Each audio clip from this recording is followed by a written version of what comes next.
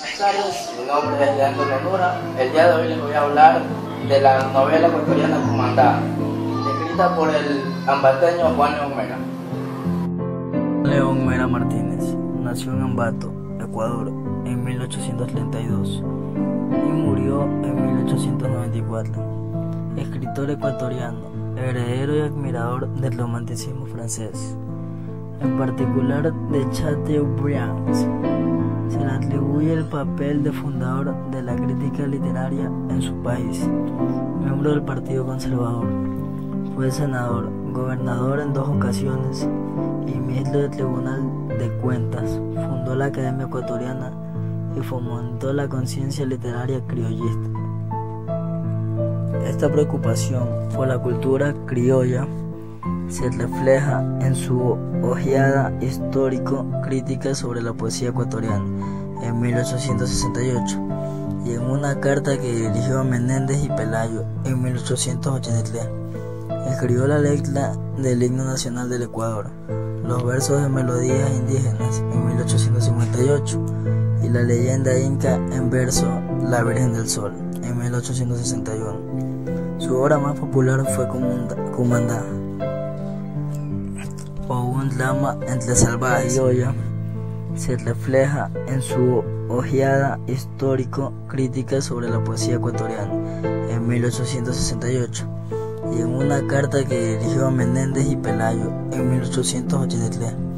Escribió la letra del himno nacional del Ecuador, los versos de melodías indígenas en 1858 y la leyenda inca en verso La Virgen del Sol en 1861.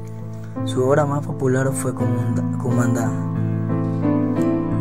o un drama entre salvajes en 1879. Se inscribe en el género melodrama y narra los amores frustrados de los hermanos indios Carlos y Comandá, ignorantes de su parentesco. Fue de familia humilde, abandonado por su padre antes de nacer, y se formó de modo autodidáctica al amparo de la ternura maternal. Ya en Quito, aprendió pintura y escribió en los periódicos. Se empleó en correos y llegó a diputado con tendencias liberales y acabó por ocupar la presidencia del Senado. Por sus primeras inclinaciones políticas, sufrieron progresivamente una evolución que lo acercaron a Gabriel García Moreno, a quien había atacado en antaño, y no tardó en convertirse en el más apasionado de los propagandistas católicos. Fue primero amigo y después enemigo irreconciliable de su paisano Juan Montalvo, quien la atacó desengañándose y sin piedad. Al contrario de Juan Montalvo, Juan León Mera fue un firme defensor de la aristocracia criolla que reconocía en la existencia de los indígenas. Un camino para tomar conciencia de su historicidad, su conflictivo ser y la crisis de su ideología. Influido esencialmente por Zorrilla en el terreno lírico, llevó los acentos románticos al tema indígena. Como poeta, publicó además de un volumen de poesías en 1858, el poema La Virgen del Sol en 1861, Leyenda indígena, que es una verdadera novela en verso y un antecedente indudable en Comandá. Esta obra ponía en práctica las doctrinas que el escritor mantenía con respecto a la poesía indigenista y nacional, y que para él significaban la posibilidad de una americanización de la literatura. A estos títulos debe añadirse otras leyendas en verso de tema colonial, como Mazorra en 1875 y Melodías indígenas en 1887, con una redacción de La Virgen del Sol. Mera fue también el autor de la letra del himno nacional del Ecuador. Como prosista, Juan León Mera ofrece diversos aspectos, desde el biográfico Ceballos, García Moreno y otros, hasta el círculo crítico, ojeada histórico-crítica sobre la poesía ecuatoriana en 1868, en la que demostró un pronunciamiento interés por la lírica quichua y la dictadura y la restauración, pasando por el de novelista, que es, sin duda, el que da más relieve a su personalidad. Su novela Cumandá, o Un drama entre salvajes, en 1879, le aseguró un sólido prestigio, pero es posible que a la larga sean reconocidas como de mayor interés literario. Algunas de sus narraciones breves, de carácter costumbrista, como Los novios de una aldea ecuatoriana, en 1872, Entre dos tías y un tío, y Un matrimonio inconveniente. En la historia de la literatura ecuatoriana, Cumandá, o Un drama entre salvajes, marca la iniciación de la novela, a la vez que significa la culminación del romanticismo como asimilación de escuela literaria. Aunque el argumento de Cumandá recuerda mucho al de Atala de Chateaubriand, la verdad es que tiene bastantes perfiles que le son propios. La obra relata el amor imposible de dos jóvenes en la selva virgen del Ecuador, exótico marco que el autor describe con detalles, mostrando los pueblos indígenas orientales como bárbaros y salvajes. Cumandá, la heroína, que vive entre los salvajes indígenas que admiran su belleza. Carlos, el amado cristiano blanco que se enamora platónicamente de Cumandá. Y el padre Orozco, misionero religioso que al final resulta ser el padre de los tiernos amantes, son los personajes más caracterizados de nuestra obra. Pero Cumandá es sobre todo la novela de la selva, de la naturaleza tropical. La selva es el personaje principal de la obra. Frente al protagonismo del paisaje, los personajes parecen moverse como en un segundo término. Las descripciones que Juan León Mera hace de la naturaleza primitiva del oriente ecuatoriano, o el relato de las fiestas entre las tribus salvajes, son episodios que confieren interés permanentemente a la novela. Escrito en irreprochable estilo y alejado del costumbrismo, el relato propone la posibilidad de un encuentro entre lo aborigen y lo oculto, entre el caos de la selva y el orden de la formación cristiana. La novela entusiasmó a Juan Valera y a muchos de sus coetáneos por el conocimiento que revela de la selva y del indio, pero está muy lejos de producir la misma impresión en la crítica moderna. Novela ecuatoriana Cumandá, escrita por el ambateño Juan León Mera. El monte Tungurahua, de hermosa figura cónica y de cumbre siempre blanca, parece haber sido arrojado por la mano de Dios sobre la cadena oriental de los Andes, la cual, hendida al terrible golpe, le ha dado ancho asiento en el fondo de sus entrañas.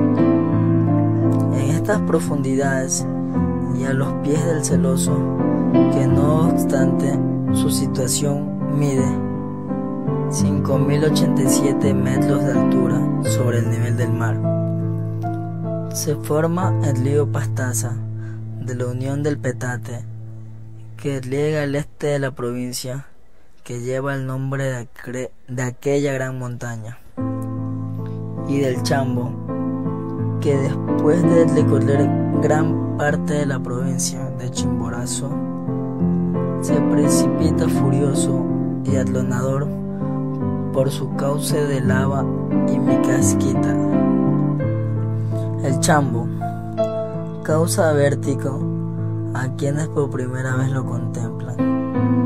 Se golpea contra los peñascos, salta convertido en espuma, se hunde en sombríos vértices, vuelve a surgir a borbotones, se retuerce como un condenado, brama como 100 toros heridos, truena con la tempestad y mezclado con el otro continúa con mayor ímpetu, cavando abismo y estremeciendo la tierra, hasta que da el famoso salto de Agollán, cuyo estruendo se oye a considerable distancia.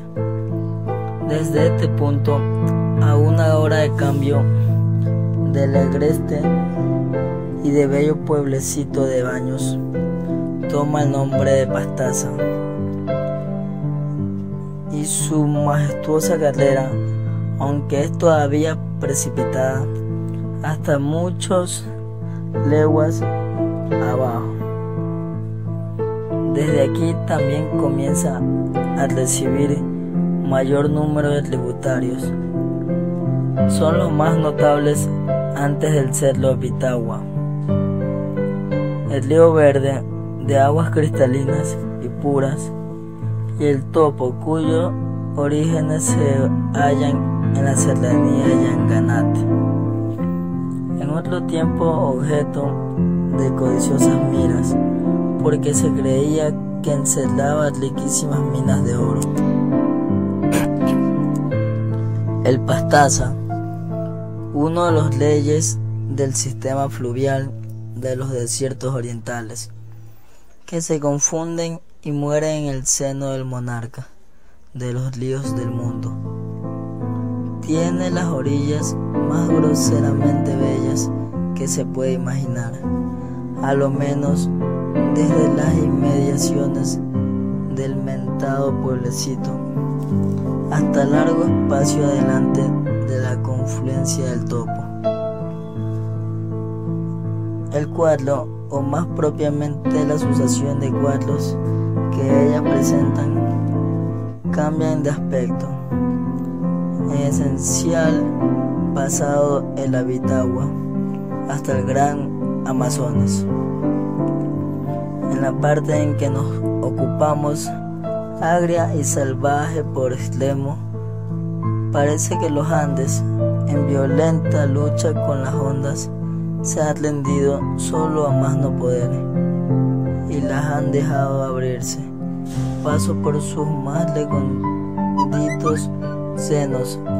A derecha e izquierda, la secular vegetación ha llegado a cubrir los estrechos planos, las caprichosas gradas, los bordes de los barrancos, las laderas y hasta las paredes casi perpendiculares de esa estupenda rotura de la cadena andina.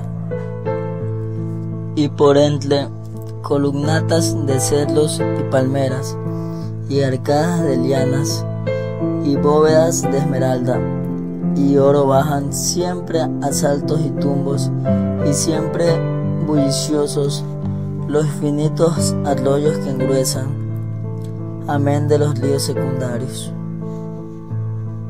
El venaje del río principal puede ser que todos ellos buscan con desesperación el término de su carrera, seducidos y alucinados por las voces de su soberano que escucharon allá entre las breñas de la montaña.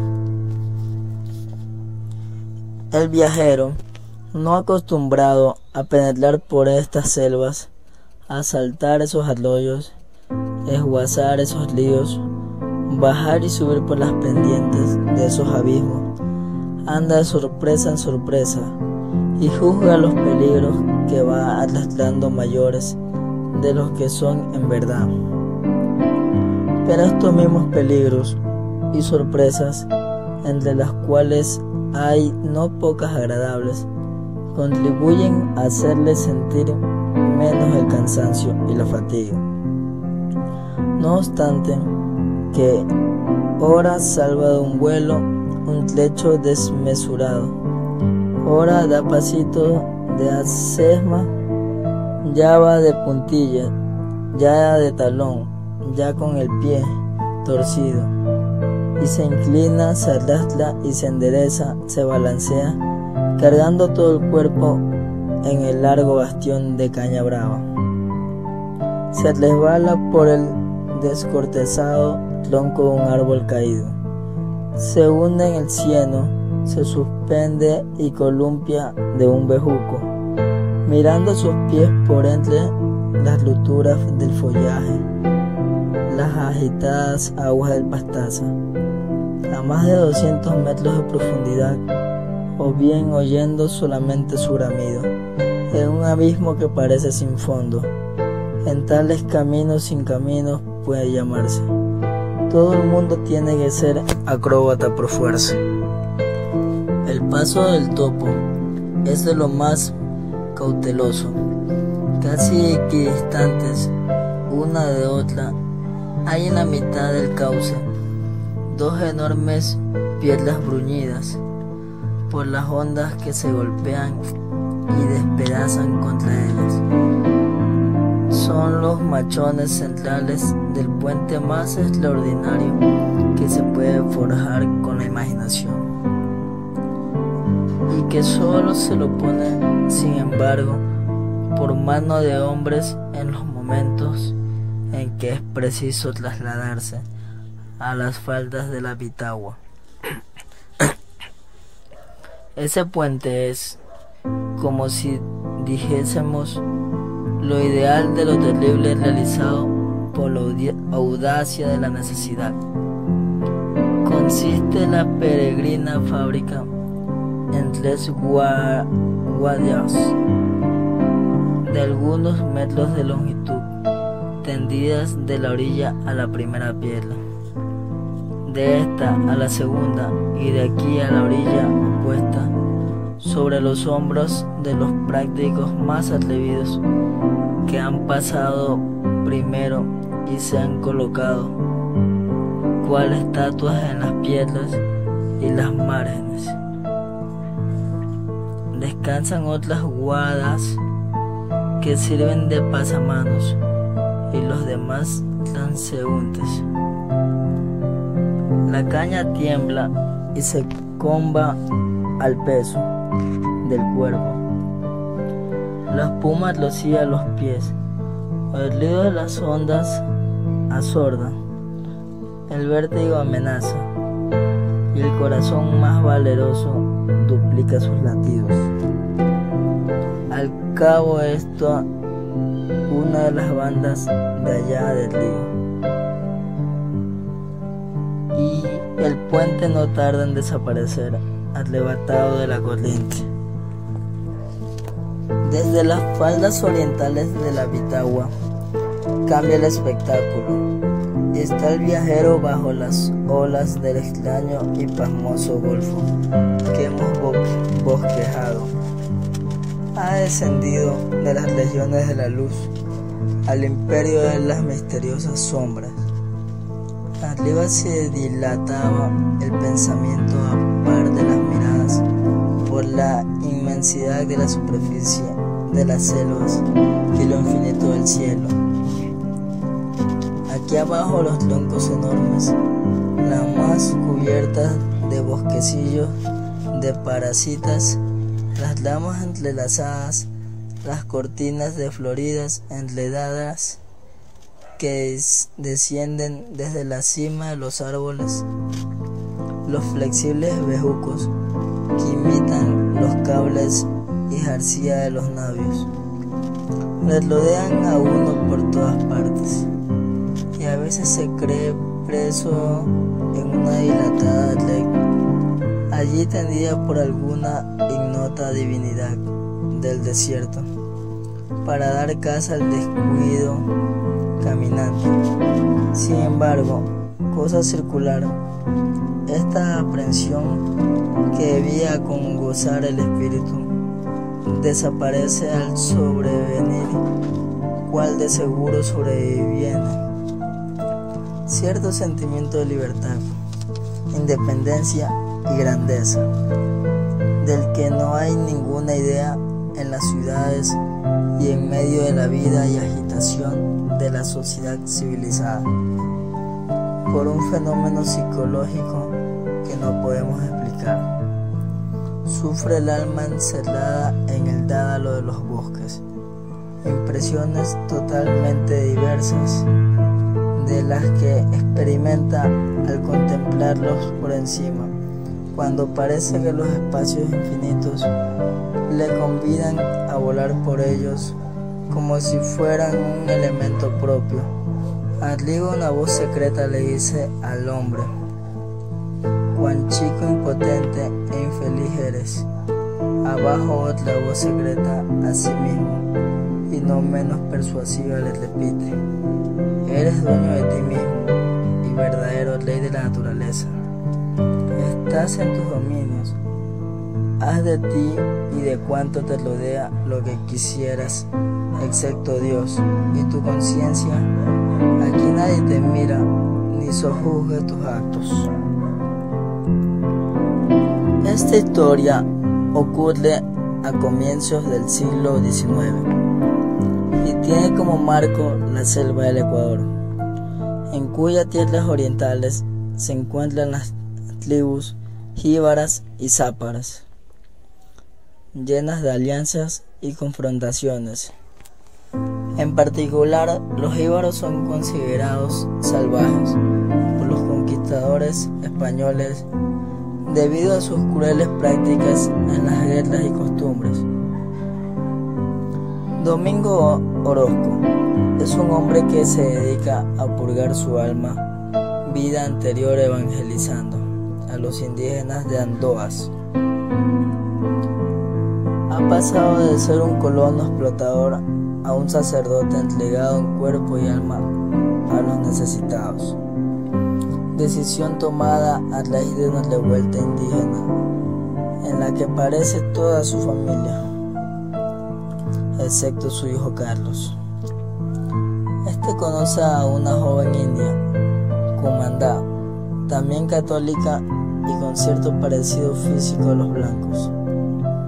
Ambos se enamoran y desean casarse, pero la oposición de las familias indígenas para mezclarse con los blancos por odios de razas impide la unión. Tongana o Tubón, padre de Cumandá, decide casarla con el jefe de una tribu vecina, Yaguarmaqui, y perseguir a Carlos hasta la muerte. La pareja huye, pero es apresada por la tribu de Mayariaga, el cual acaba de ser vencido y ajusticiado por Yaguarmaqui en combate cara a cara. Las dos partes deciden cambiar el botín y el cadáver es devuelto por la entrega de los enamorados. Casada Cumandá con Yaguarmaqui, este muere la noche de bodas y ella vuelve a escapar con Carlos, a punto de morir varias veces. Carlos es salvado por su amada, pero en la última de ellas, Cumandá se entrega a la muerte para la exculpación de Carlos. En el momento de la agonía, gracias a la aparición de un amuleto de piel de ardilla, se descubre que Cumandá es Julia, la hija pequeña de Orozco, que fue raptada por Tubón, el cabecilla de la revolución contra los colonos, y que pasó a llamarse Tongana. El padre Orozco perdona a Tongana y la asiste cristianamente en su agonía. Muerta también Cumandá, Carlos fallece al poco tiempo y el padre Domingo Orozco se retira al convento de Quito a continuar su vida de dolor y penitencia. Personajes principales de la obra. Cumandá era una joven de belleza extraordinaria, diferente a las demás, hijas del desierto. Predominaba en ella la pálida blancura del marfil, su cabellera sedeña y ordinaria, su airoso cuerpo y sus ojos de color de nube oscura, conjunto de dulzura y arrogancia. El autor la describe como la unión de sencillez y vivacidad, candor y vehemencia, dulzura de amor apasionado y acritud de orgullo. En Cumandá se da el sincretismo de un corazón de origen cristiano en pecho salvaje.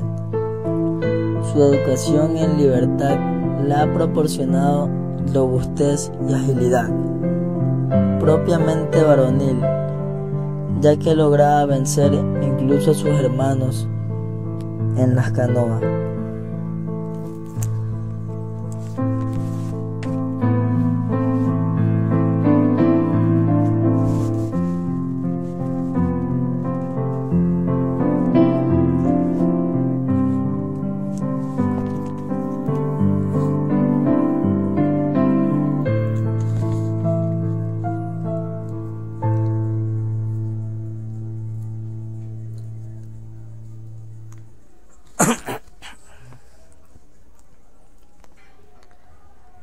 Carlos Orozco, en contraste con el carácter apasionado de Cumandá, que le lleva al sacrificio por amor, Carlos es un poeta, un joven indeciso y pasivo, que ama a la muchacha, pero no sabe enfrentarse a las circunstancias que lo sobrevienen.